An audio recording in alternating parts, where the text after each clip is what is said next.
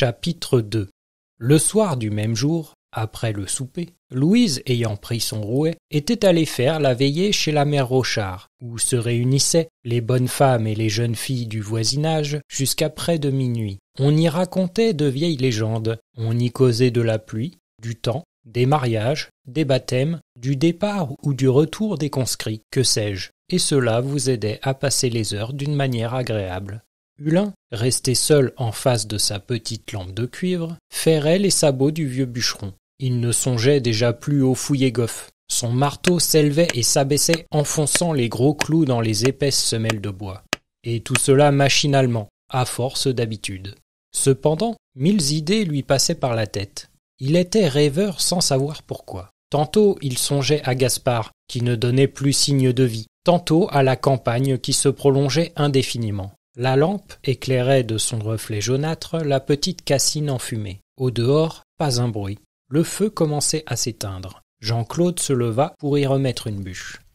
Puis il se rassit en murmurant « Bah, tout cela ne peut durer. Nous allons recevoir une lettre un de ces jours. » La vieille horloge se mit à tinter 9 heures. Et, comme Hulin reprenait sa besogne, la porte s'ouvrit.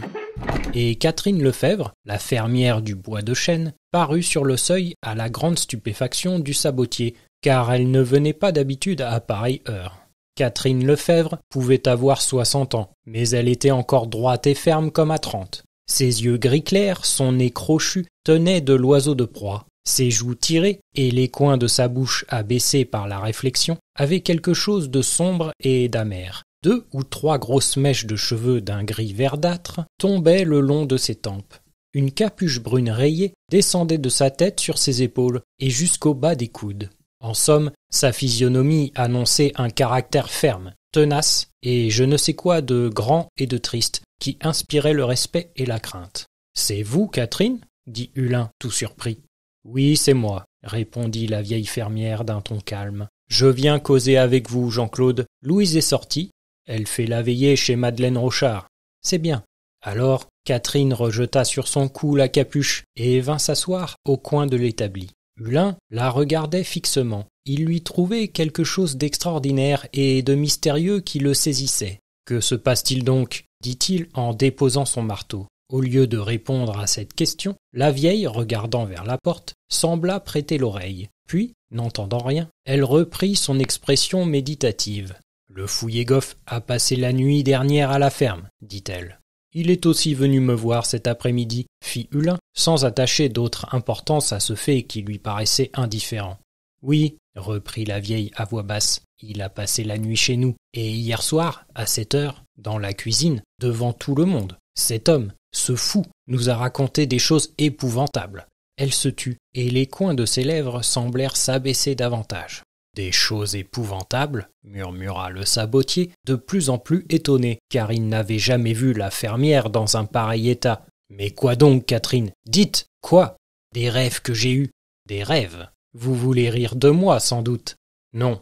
Puis, après un instant de silence, regardant Hulin ébahi, elle poursuivit lentement. Hier soir, donc, tous nos gens étaient réunis après souper dans la cuisine, sous le manteau de la cheminée. La table restait encore là, avec les écuelles vides, les assiettes et les cuillères. Yégoff avait soupé avec nous, et il nous avait réjouis de l'histoire de ses trésors, de ses châteaux et de ses provinces. Il pouvait être alors 9 heures. Le fou venait de s'asseoir sur le coin de l'âtre qui flamboyait. Duchesne, mon garçon de labour, repiquait la selle de Bruno. Le pâtre Robin tressait une corbeille. Annette rangeait ses pots sur l'étagère. Moi, j'avais approché mon rouet du feu pour filer une quenouille avant d'aller me coucher. Au dehors, les chiens aboyaient à la lune. Il devait faire très froid. Nous étions là, causant de l'hiver qui vient. Duchesne disait qu'il serait rude, car il avait vu de grandes bandes d'oies sauvages. Et le corbeau de Yégoff sur le rebord du manteau de la cheminée, sa grosse tête dans ses plumes ébouriffées, semblait dormir. Mais de temps en temps, il allongeait le cou, se nettoyait une plume du bec, puis nous regardait, écoutant une seconde, et se renfonçant ensuite la tête dans les épaules.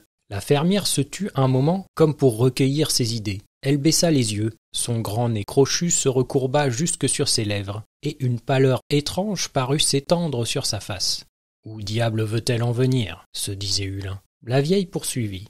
Yegov, au bord de l'âtre, avec sa couronne de fer blanc, son bâton court entre les genoux, rêvait à quelque chose. Il regardait la grande cheminée noire, le grand manteau de pierre où l'on voit tailler des figures et des arbres, et la fumée qui montait en grosses boules autour des quartiers de l'art. Tout à coup, comme nous y pensions le moins, il frappa du bout de son bâton sur la dalle, et s'écria comme en rêve.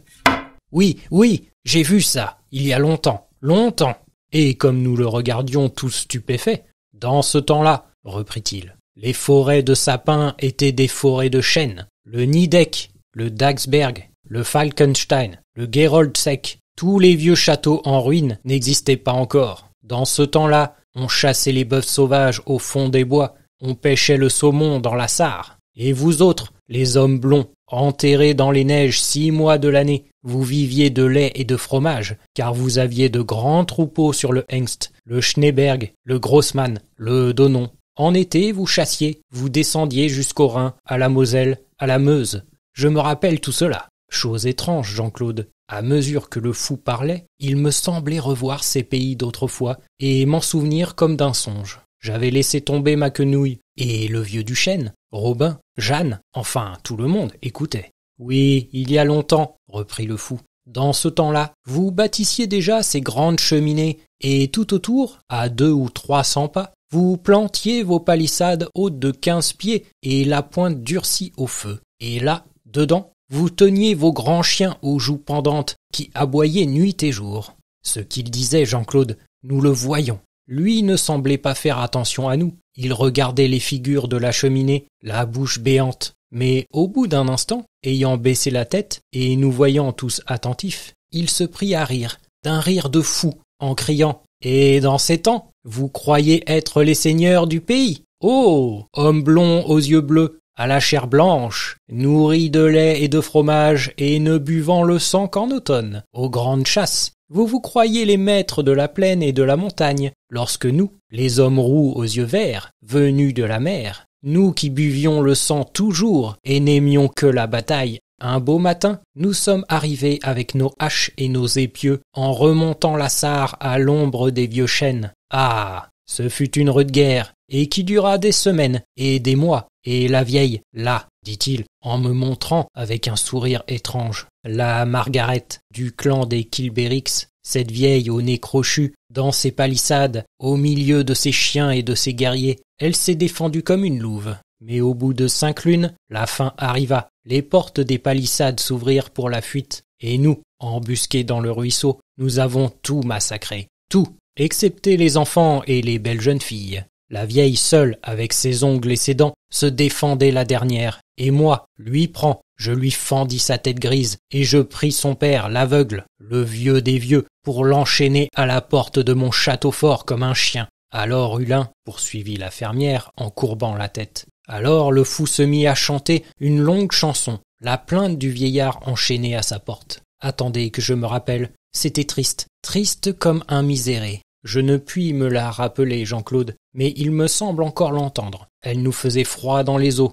Et comme il riait toujours, à la fin, tous nos gens poussèrent un cri terrible. La colère les prit tous à la fois. Le vieux Duchesne sauta sur le fou pour l'étrangler, mais lui, plus fort qu'on ne le pense, le repoussa et, levant son bâton d'un air furieux, il nous dit « À genoux, esclaves, à genoux ! Mes armées s'avancent, entendez-vous ? La terre en tremble, ces châteaux, le Niedeck, le Hobart, le Dagsberg, le Turkestein, vous allez les rebâtir, à genoux !» Je n'ai jamais vu de figure plus épouvantable que celle de ce Yegov en ce moment, mais pour la seconde fois, voyant mes gens se jeter sur lui, il me fallut le défendre. « C'est un fou, leur dis-je. N'avez-vous pas honte de croire aux paroles d'un fou ? » Ils s'arrêtèrent à cause de moi, mais moi, je ne pus fermer l'œil de la nuit. Ce que ce misérable m'avait dit me revenait d'heure en heure. Il me semblait entendre le chant du vieillard, l'aboiement de nos chiens et des bruits de bataille. Depuis longtemps, je n'ai pas éprouvé de pareille inquiétude. Voilà pourquoi je suis venu vous voir. Que pensez-vous de tout cela, Hulin ?